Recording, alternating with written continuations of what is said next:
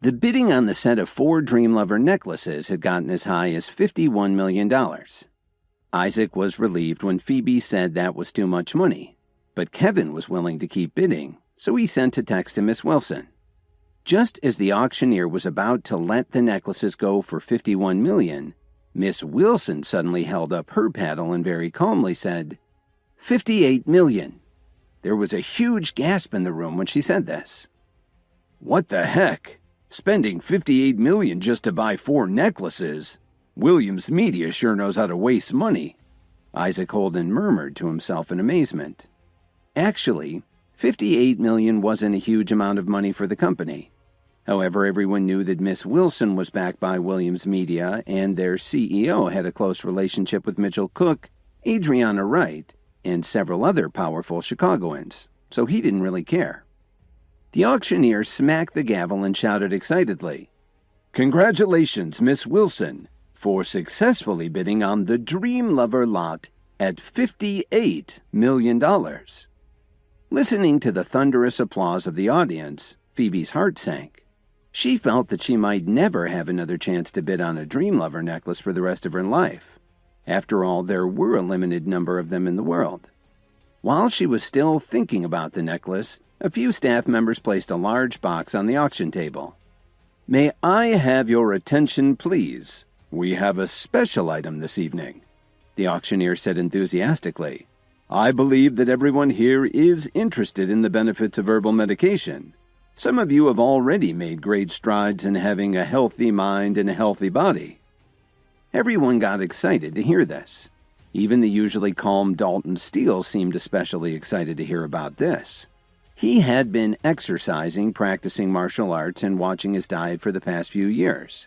It had all helped his focus and stamina so he could succeed in business.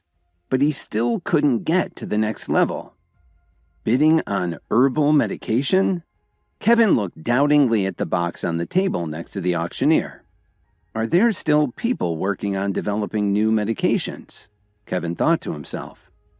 Everyone, please calm down and listen to me. The formula for the pills in this box was developed 80 years ago. It was found in an airtight vault at a research lab in... Unfortunately, I'm not allowed to disclose the location, and it has been examined by a team of specialists. Who would like to be the first to experience this unique herbal medication? The bidding starts at $5 million. The auctioneer roared, instantly grabbing everyone's attention.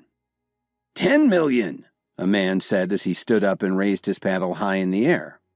But as soon as he finished speaking, a woman on the other side of the room didn't want to be outdone and held up her own paddle to bid. $15 million. Suddenly, everyone was bidding for a lot of herbal medication.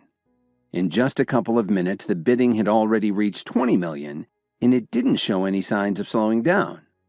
So, you can actually sell herbal medication like this. Kevin was speechless. He had already sold his homemade pills to Archer and Quinn for $500,000 each, but this was ridiculous. Kevin had always thought that he'd made a fortune in business, but this was where the real money was. Dalton was about to stand up and raise his paddle to bid when Kevin pulled him back down to his chair. "Kevin, why did you stop me?" Dalton asked excitedly. He really wanted to try this herbal medication to see if he could finally make some more progress. "Dalton, this isn't a good idea," Kevin said seriously.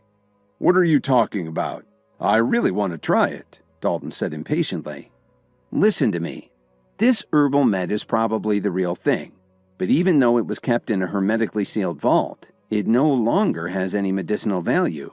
You'd be throwing away your money," Kevin said as he stared at the box on the table up front. When Kevin said this, Dalton immediately settled down like he'd been splashed in the face with cold water. "Kevin, are you serious?" Dalton asked. He still wasn't sure Kevin was right. "Have you forgotten how I saved your wife?" Kevin said firmly. Just then, Isaac, who was sitting next to Phoebe, suddenly laughed. "You really are a joke. Just because you can't afford to bid, do you want to keep someone else from getting it?" "Who did I stop?" Kevin scowled. "Weren't you trying to stop your friend from bidding?" Isaac sneered and said. "You were just scoffing at me for not being able to afford the Dream Lover necklaces. Now you're knocking this item. Do you know anything at all about herbal remedies?" Isaac's loud voice attracted the attention of a lot of people in the row. "Whether you know if it would work or not doesn't matter. You couldn't afford it anyway," Kevin retorted. This upset Isaac, but he continued to attack Kevin. "Maybe I can't afford to bid on it, but I'll bet you can't either. What do you have on you, $100? The people around them burst into laughter when they heard this. Some of the onlookers recognized him as the guy who had married into the Jones family, and they started insulting him too. While this was going on, a man quickly walked up to Kevin, accompanied by a few staff members. "I'm sorry, sir, but if the two of you have some personal grudge against each other, I must ask you to take it outside," he said with a slight smile on his face. "Mr. Pearl, this is all a misunderstanding. I didn't mean to disturb your auction, but this man wants to start a riot," Isaac told him. Isaac Holden knew exactly who the man was. It was Zane Pearl from the family that owned the auction house. He wasn't as tough as Dalton Steele, but he still had a nasty reputation in Chicago. Zane was also in charge of his family's businesses and didn't get around much, so Kevin hadn't met him yet. Suddenly Isaac pointed at Kevin and shouted, "Mr. Pearl, this piece of trash wants to start a riot and turn this place upside down. He just said that the herbal medication that's up for bids won't have any effect. He even told the people sitting near him not to bid." Phoebe immediately stood up from her seat and said, "I'm sorry, Mr. Pearl. Please don't take him seriously. Kevin was just joking with us. How could there be a problem with something that the Pearl family has put up for auction?" "Phoebe, how can you defend this trash?" Isaac said as he turned around and looked at Kevin. Then he said to Kevin, "Why don't you man up and admit what you just said?" "Isaac, you've gone too far this time. Kevin was just joking with us," Phoebe pleaded. Zane wasn't happy with this scene. This was a very important auction, and his family had even asked him to be in charge of security. Although he had never seen Kevin before, he knew Phoebe and her family, so he had to be polite to her. "Well, since this gentleman was just joking, I'll just ask Miss Anderson to keep the discussion civil, so that we don't disturb the bidders. We don't want to influence the auction," Zane said quietly. "I'm really sorry, Mr. Pearl. Sorry about the disturbance," Phoebe replied quickly. Just as Zane was about to walk away with his people, Kevin suddenly stood up and said, "I wasn't joking with Dalton. This lot of herbal medicine is too old. Even though it was sealed for the past 80 years, it could be poisonous if someone took it." That really got everyone's attention. Isaac smiled cruelly and said, "Mr. Pearl, did you hear what he just said?" "Kevin, what are you talking about?" Phoebe said anxiously as she put her hand on his shoulder. Zane brought his guards over to Kevin and asked him, "Did you really come here to cause a riot?" "I'm telling the truth. The herbal medication in that box is useless," Kevin replied calmly. "All right, I'm going to have to ask you to leave," Zane said with a sneer. "Zane Pearl, you really are amazing," Dalton said as he stood up from his chair.